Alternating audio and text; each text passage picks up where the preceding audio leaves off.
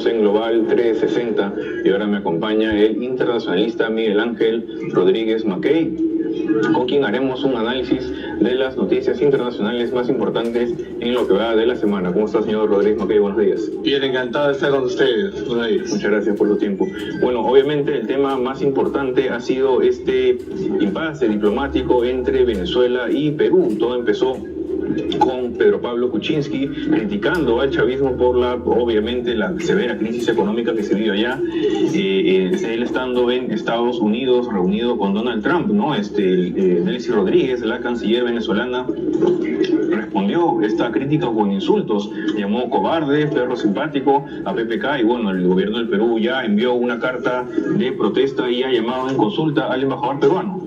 Sí, es verdad lo que muy bien dices. En realidad todo comienza en ese discurso que formula el presidente Pedro Pablo Kuczynski en Princeton. Entonces, de allí emanaron algunas subjetividades del gobierno de Venezuela, pero la canciller de Venezuela fue más allá.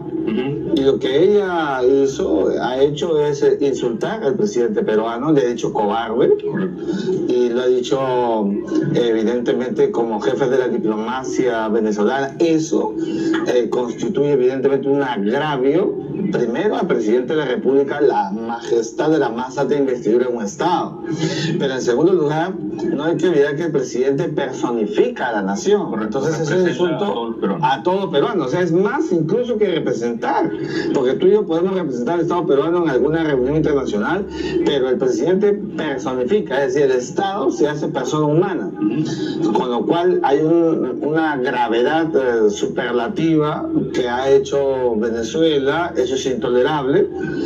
Coincide, y creo que la Cancillería, al emitir esa nota de protesta, esa carta de protesta, ha hecho muy bien.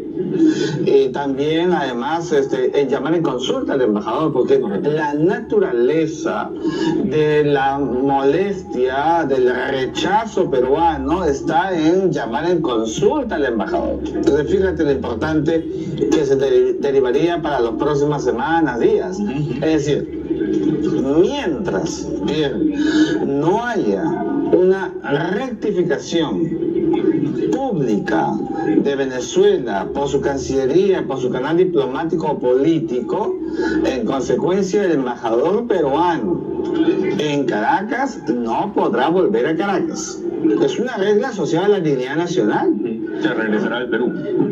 No debe regresar a Caracas, porque el embajador peruano que estaba en Caracas ha sido llamado en consulta a Lima. Ahí está acá. Está en Lima. Entonces él no puede retornar a Caracas hasta que haya, repito, reitero, una respuesta satisfactoria. ¿Cuál es la satisfacción peruana? Las disculpas del gobierno de Venezuela, en cuyo caso no vamos a, digamos, a tener una varita mágica para saber lo que va a pasar en el futuro inmediato, pero seguramente no lo van a hacer. En ese escenario tendríamos que decir que el Perú debería retirar al embajador de Venezuela. Eso significa ¿cuáles serían las consecuencias de ese retiro? La primera consecuencia es que el nivel diplomático se mantiene, pero es un nivel menor al de embajadores. Los estados, los embajadores tienen la máxima vinculación diplomática, Pierre, que esto es muy importante para las relaciones bilaterales. Pero cuando ya no hay un embajador, esta baja de nivel a, en este caso, un encargado de negocios. Tendrá que quedarse allí si acaso Venezuela no reacciona positivamente conforme a la satisfacción que espera el pueblo peruano y el gobierno peruano. Porque son cosas, Pierre, que no se pueden dejar pasar por alto. Pero viendo cómo ha continuado este capítulo bochornoso, la verdad, ¿no? Que a nivel de callejón prácticamente, de insultar a un presidente de esta forma, vemos que más bien que lleguen unas disculpas por parte de Venezuela es muy poco probable, teniendo en cuenta que ahora el chavismo más bien ha enviado una carta de protesta al Perú. O sea, en vez de pedir disculpas, ellos también están protestando. Sí, yo creo que, como muy bien dices, usemos el realismo político de las relaciones internacionales. El señor Maduro no se va a disculpar.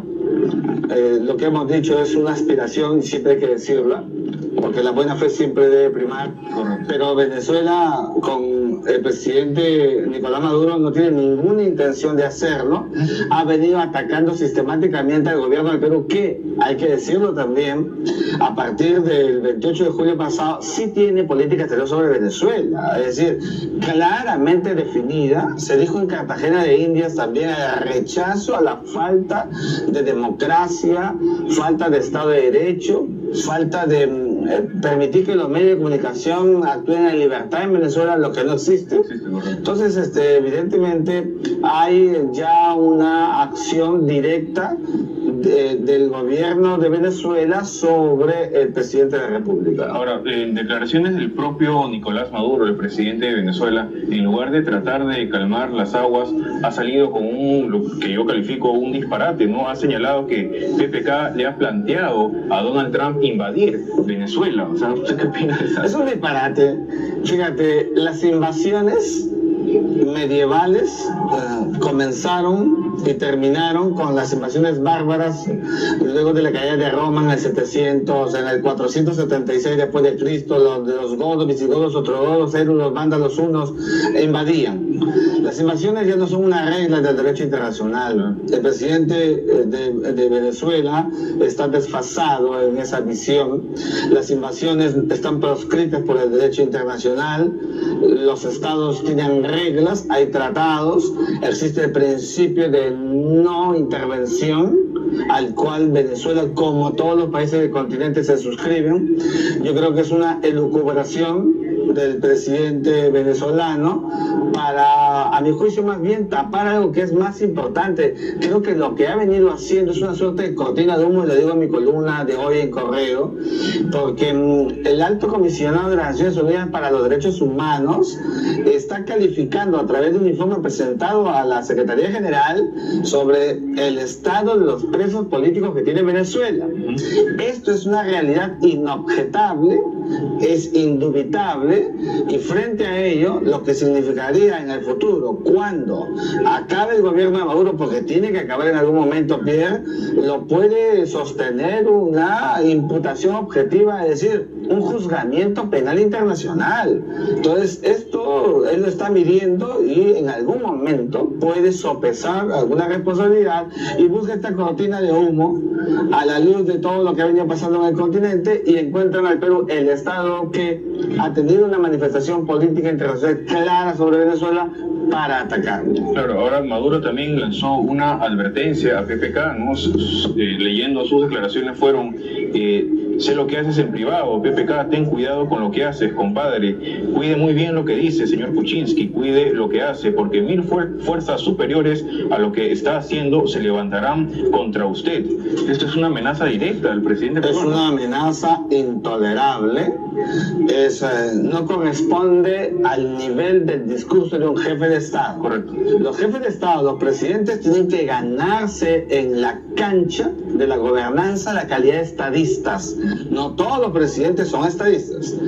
Y creo que el presidente Maduro está muy lejos de serlo. De hecho, ya es un presidente de facto, Pierre. Claro, es un dictador. Es un dictador de facto, porque la Asamblea Nacional venezolana de manera categórica ha dicho que se ha producido el abandono del cargo, que no estamos explotando en el análisis, y entonces allí estamos frente a un presidente de facto, no es un presidente de jure, cuyo discurso no corresponde, repito, reitero, a la majestad que debe tener un jefe de Estado. Claro, cuando la Asamblea, que dicho sea de paso es de mayoría opositora, sí, también dice que Maduro es un presidente que ha abandonado el cargo, lo que en realidad quiere decir es que no tiene las capacidades, las facultades para dirigir el país, ¿correcto? Y en consecuencia, como no las tiene, se crea la sostenibilidad de la ausencia del liderazgo, y en consecuencia esto apremia la inminencia inicia de procesos jurídicos de acuerdo a la Constitución venezolana para que el vicepresidente asuma el cargo, y por eso decimos, lo hemos reiterado, Venezuela en estos momentos tiene una fase en la que la inmoralidad manifiesta políticamente ha degenerado, haciendo un régimen evidentemente sin autoridad política internacional. Por eso que todo lo que estamos viendo no tiene ningún apoyo. Ningún país apoya las improntas de Nicolás Maduro. Correcto. Ahora, volviendo al inicio de todo este problema, todo empezó por una frase de Pedro Pablo Kuczynski, una frase que, bueno, en verdad es el señor PPK no tiene mucha muñeca política, no sabe expresarse muy bien, y lamentablemente cayó en una frase que Venezuela, tal vez para beneficio de ellos, la interpretaron mal, ¿no? Lo que Kuczynski dijo fue que América Latina es como un perrito tranquilo que está en la alfombra y no le causa mayor problema a Estados Unidos, pero que el problema de Venezuela sí era grave. Entonces la respuesta de Delcy Rodríguez fue, bueno, el único perro simpático eres tú y el cobarde eres tú, y le llamó cobarde porque Kuczynski también criticó el legado de Hugo Chávez, o sea, que dijo que, bueno, el legado de Hugo Chávez, toda esta hiperinflación, escasez de alimentos, ahora vemos que los venezolanos están comiendo de la basura ya desde hace algunos meses. Entonces, llamar cobarde a un presidente que simplemente está diciendo la verdad sobre la realidad de un país, y la verdad es el legado de Hugo Chávez es miseria, es pobreza, es... Mira, Pierre, yo estuve en Venezuela para las elecciones parlamentarias donde, como bien has referido, la Asamblea General está en manos de la oposición. Y hemos visto el hambre, hemos visto el desorden. En Venezuela mueren al año cerca de 29.000 personas. Es el segundo país más violento del planeta. Y es prácticamente un estado que camina a ser un estado fallido. O sea, no se va a diferenciar dentro de poco a países del cuerno africano como Somalia o como Libia, porque la anarquía es evidentemente una regla que se impone en Venezuela. Pero digamos, coincido contigo en que las palabras del presidente Pedro Pablo Kuczynski pudieron ser otras. Claro, ¿ya? Se pudo afinar un poco. Se pudo afinar, pero lo más importante es que nunca hubo ese ánimos de Candy, ese ánimos belicoso. Claro, no hubo mala intención. No hubo mala intención, y más bien la que sí ha habido es en la respuesta sistemática, porque si tú te das cuenta, en la Universidad de Princeton fue una semana anterior, o sea, ha esperado una semana para reaccionar. En realidad es la preparación de un plan estratégico para, como te digo, otorgarle al Perú esta suerte de señalamiento como un país que se escapa de las reglas del decoro, de la vergüenza continental, y eso evidentemente tenemos que rechazarlo. Correcto. Ahora, pasando a otro tema también importante que ha ocurrido en esta semana y que, bueno, ya se viene arrastrando ya desde la semana pasada anterior, también impasse diplomático entre Corea del Norte y Malasia a propósito del asesinato del hermanastro de Kim Jong-un, el líder de Corea del Norte. Las respuestas han sido muy antidiplomáticas, por decirlo de alguna manera, ¿no? Primero, Malasia expulsa al embajador norcoreano porque este señor, bueno, critica las investigaciones y dice que Malasia no está haciendo un buen trabajo, está tratando de encubrir algunas cosas, no es un trabajo serio, transparente. Y bueno, Corea del Norte en respuesta hace algo mucho peor, que prohíbe la salida de los ciudadanos malasios de Corea del Norte. Entonces mi pregunta es, esta tensión que hay entre estos dos países, teniendo en cuenta lo desequilibrado que es Kim Jong-un, que tiene armas muy peligrosas a su disposición, ¿puede desencadenar en algo peligroso? Sí. A ver, el gobierno de Corea del Norte es un régimen impronosticable, Pierre. Nadie sabe cómo es la vida intraestatal norcoreana. Mejor dicho, la imaginamos, que está llena evidentemente del miedo. Es un gobierno a la Robespierre, un gobierno del terror, donde impera, es la única forma de que Kim Jong-un pueda manejar el país.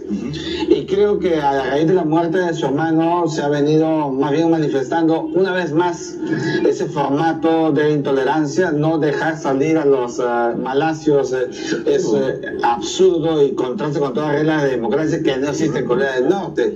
Y te digo que sí es peligroso por el nivel de belicosidad que ha tenido en los últimos tiempos, desde que asumió el gobierno, el liderazgo en Pyongyang. Evidentemente estamos viendo a un régimen que es capaz de cualquier cosa. Hay que expectar, siempre el gobierno de Norcorea ha tenido improntas con los países de la región, no es la novedad, pero evidentemente el asesinato, la muerte del hermano de Kim Jong-un evidentemente ha cobrado esta suerte de interés internacional, regional, que el líder norcoreano ha empezado a imputarle responsabilidades a todo el mundo, cuando también existen las tesis de que pudieran haber sido promovidas desde el propio interior de Corea del Norte. Entonces, incluso hay acusaciones que dicen que ministros de Kim Jong-un han planeado. Exacto. Entonces, ¿cómo conocer, cómo garantizar el discurso de un régimen que no tiene catadura moral, de un régimen que más bien utiliza el acto arbitrario para la proyección de la política intraestatal coreana? Claro, creo que por el bien de la humanidad, Kim Jong-un comience a calmarse un poco, a pensar un poco bien las cosas, a ser un poco más racional. También otro tema con ese país es que Corea del Norte ha lanzado 4 misiles balísticos y Corea del Sur y Estados Unidos ya están a la expectativa. De hecho, han comenzado a construir algunos escudos antimisiles. Lo han hecho. Si uno revisa los últimos 4 o 5 años, Corea del Norte lo viene haciendo de manera sistemática. Es una forma de mostrarle al mundo que quiere decirle que tiene poder, quiere decirle que la negociación que tuvo Estados Unidos con Irán para ellos es una cuestión, es una migaja. Ellos piensan en cosas superiores, y entonces eso es una amenaza, pues, una amenaza internacional que creo que los servicios de inteligencia estadounidenses y de otros países deben primero medir el verdadero potencial militar que tiene Corea del Norte, que desde 1953, por el armisticio con Corea del Sur, es una paz no declarada, un estado de guerra permanente pero sin acciones. Evidentemente sigue siendo en pleno siglo XXI, Pierre, una de las mayores amenazas del globo. Correcto, Luis.